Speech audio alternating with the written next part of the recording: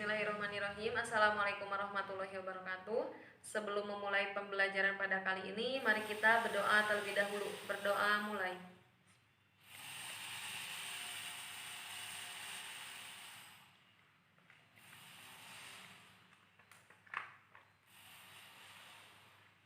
Nah, untuk sistem absennya sudah ada di Google Classroom. Nanti silakan diisi setelah pembelajaran selesai. Ini kan pertemuan kita pertama. Nah, jadi saya akan perkenalkan diri dulu. Perkenalkan, nama saya Febri, Rani Febrianti dari Magang 3 IAIN Kediri. Nah, jadi lanjut saja ke materi.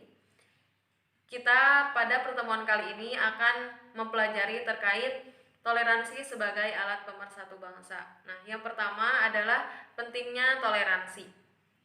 Kenapa sih toleransi itu sangat penting bagi kita sebagai umat manusia? Kenapa? Karena toleransi itu Karena toleransi itu merupakan cara kita menghormati ataupun menghargai sesama umat manusia.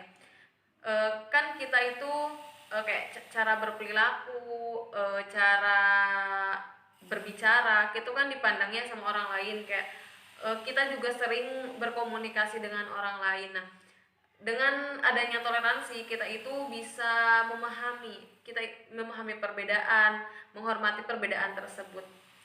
Kita juga kan tinggal di Indonesia, di mana Indonesia itu banyak sekali agama yang berbeda-beda, suku, ras, seperti sikap.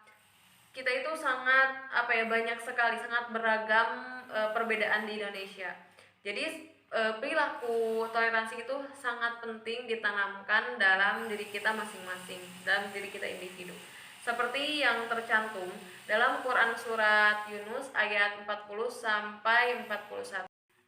Mari kita baca sama-sama Quran surat Yunus ayat 40 sampai ayat 41.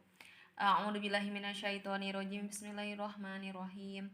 Wa minhum ma yu'minu bihi wa minhum ma la yu'minu bihi wa rabbuka a'lamu bil mufsidin.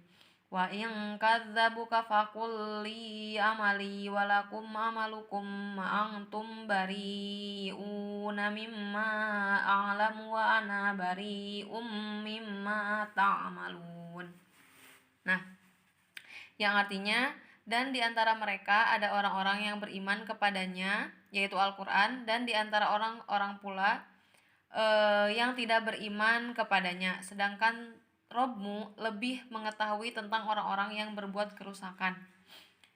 Dan jika mereka mendustakanmu, Muhammad, maka katakanlah, bagiku pekerjaanku dan bagimu pekerjaanmu. Kamu tidak bertanggung jawab terhadap apa yang aku kerjakan, dan aku pun tidak bertanggung jawab terhadap apa yang kamu kerjakan. Nah, jadi artinya seperti itu. Lanjut ke penerapan hukum tajwid. Yang pertama adalah kata pertama yaitu wa minhum. Nah, di sini tuh terdapat mim mati bertemu atau mim sukun. Mim sukun bertemu dengan mim. Itu tuh dinamakan dengan idgham mimi. Yang selanjutnya mayu minu. Di situ ada hukum huruf nun sukun bertemu dengan huruf iya. Nah, di mana ada huruf nun sukun bertemu dengan iya itu dinamakan idgham bigunnah. Yang selanjutnya adalah mal la yu'minu. Nah, itu ada nun sukun bertemu dengan huruf lam. Itu dinamakan dengan idgham biglagunah. Yang selanjutnya fakulli. Nah, itu ada huruf lam sukun bertemu dengan huruf lam. Itu dinamakan dengan idgham mutajanisain. Dan yang selanjutnya adalah mimma ta'malun. Yaitu ada alif sukun, sebelumnya ada tanda fathah. Yang bisa hukumnya itu adalah mad asli. Arti perkata atau perkalimat. Yang pertama adalah wa minhum.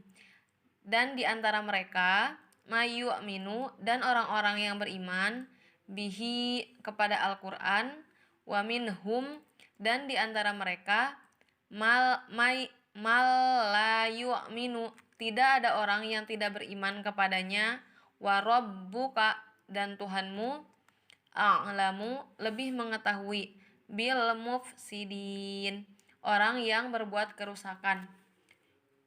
Wa in kadzabuka, dan jika mereka mendustakanmu, fakul, maka katakanlah, li amali, bagiku pekerjaanku, walakum amalukum, bagimu pekerjaanmu, antum bariun, kamu tidak bertanggung jawab, mimma a'malu, dari apa yang aku kerjakan, wa ana bariu, dan aku tidak bertanggung jawab, mimma ta'malun, dari apa yang kamu kerjakan.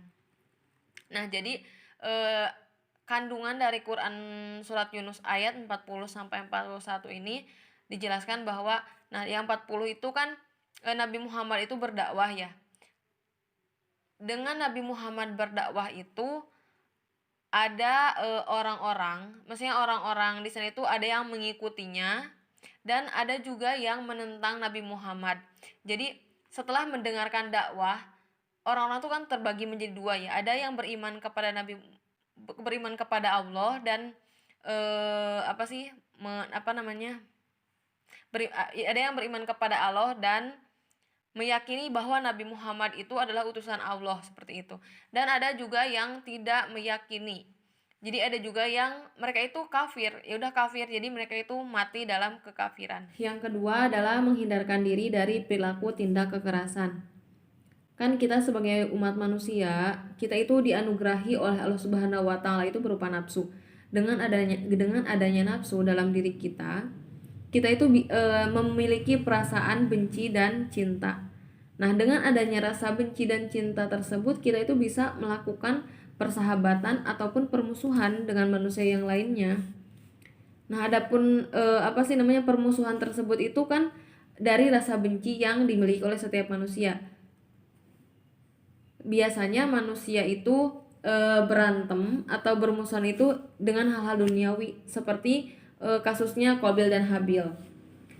Nah, Islam itu melarang perilaku tindak kekerasan terhadap siapapun. Seperti yang tercantum dalam Quran surat Al-Maidah ayat 32 yang artinya, oleh karena itu kami tetapkan suatu hukum bagi Bani Israel bahwa barang siapa membunuh seseorang bukan karena orang itu membunuh orang lain atau bukan karena berbuat kerusakan di bumi, maka seakan-akan dia telah membunuh semua manusia. Barang siapa memelihara kehidupan seorang manusia, maka seakan-akan dia telah memelihara kehidupan semua manusia. Sesungguhnya Rasul kami telah datang kepada mereka dengan membawa keterangan-keterangan yang jelas, tetapi kemudian banyak di antara mereka setelah itu melampaui batas di bumi. Nah, jadi sikap ini tuh yang kedua itu tadi menghindarkan diri dari perilaku tindak kekerasan. Jadi kita sebagai manusia itu tidak boleh tidak boleh memiliki rasa dendam, tidak boleh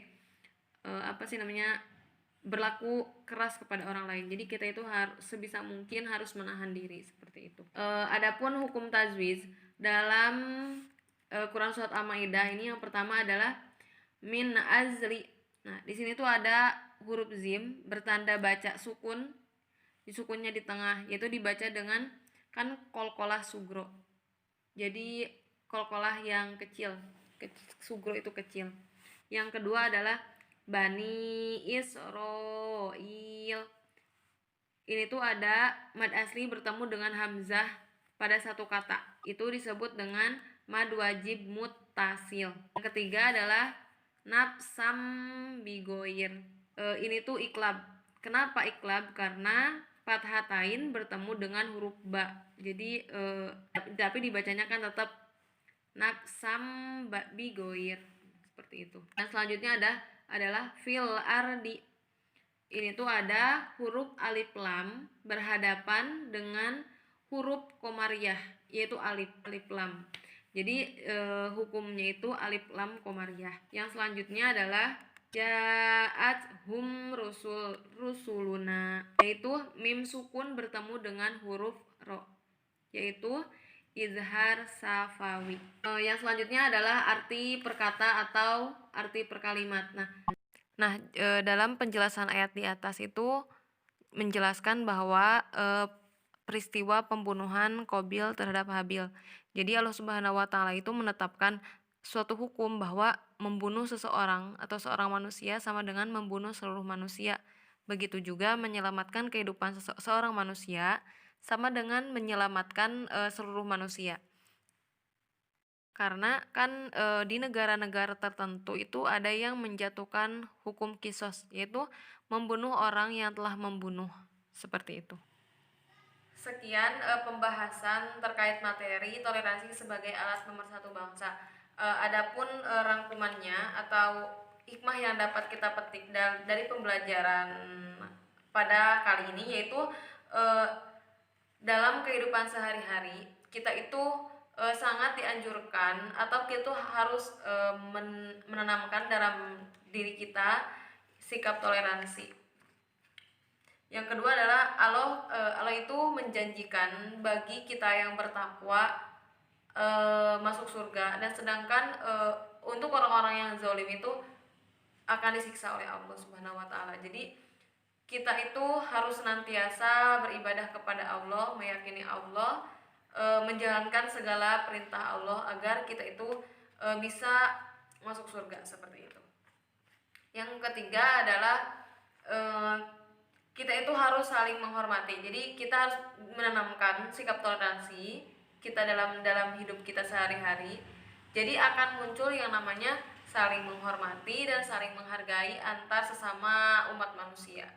Jadi hidup kita akan tentram, insya Allah. Sekian pembelajaran pada kali ini. Kurang lebihnya saya mohon maaf. Billahi taufiq wal hidayah. Wassalamualaikum warahmatullahi wabarakatuh.